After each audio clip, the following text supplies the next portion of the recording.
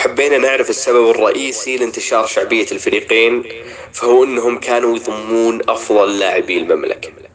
في نهاية السبعينات الميلادية كان ماجد عبد الله هو نجم الكرة السعودية ولاعبها الأفضل بدون منازع. ماجد عبد الله شكل جماهيري كبير للنصر.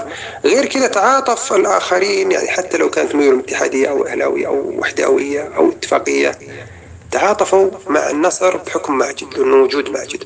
لما يلعب مثلا أي فريق مع النصر تلقى يميل للنصر عشان ماجد موجود فيه.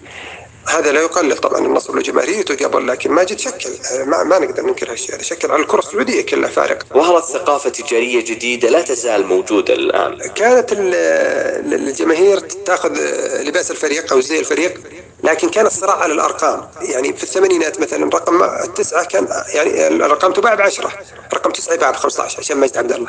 المجتمع أخذ مثلا بعض العبارات، مثل عبارة جاب العيد، هذه ما كانت معروفة في المجتمع ولا حد كان يقولها. قالها محمد رمضان في عام 1407 في مباراة نهائي الملك فهد، مباراة بين النصر والهلال، وفاز النصر بهدف ماجد. وتعرف ماجد لما يطلع يجيب العيد هو قصده يجيب الفرح. من اللاعبين السهلين ماجد، أي مدافعين يغفلوا عنه لحظة واحدة ممكن اللحظة دي يجيب العيد.